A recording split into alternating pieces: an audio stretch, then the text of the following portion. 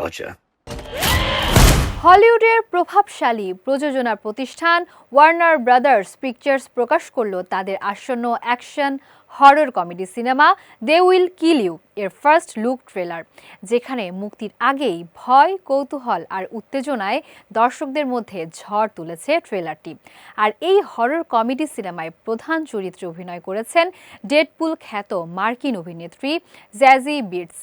New York সিটির এক সুউচ্চ ভবনে জমে ওঠা ভয়াবহ এক রাতের গল্প নিয়ে নির্মিত এই ছবিতে জ্যাজি বিটসের পাশাপাশি অভিনয় করেছেন মাইহালা প্যাটারসন জোসেফ, টম ফেলসন সহ আরও অনেকে, যাদের উপস্থিতি ছবির আকর্ষণ আরও বাড়িয়ে দিয়েছে। গল্পের কেন্দ্রে রয়েছে এক গৃহ পরিচারিকা, যিনি কাজ করতে গিয়ে আবিষ্কার করেন ভবনটির ভয়ঙ্কর এক অন্ধকার রহস্য।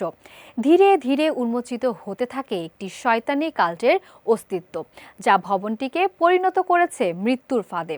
ছবিটি পরিচালনা করেছেন কিরিল সোকলভ।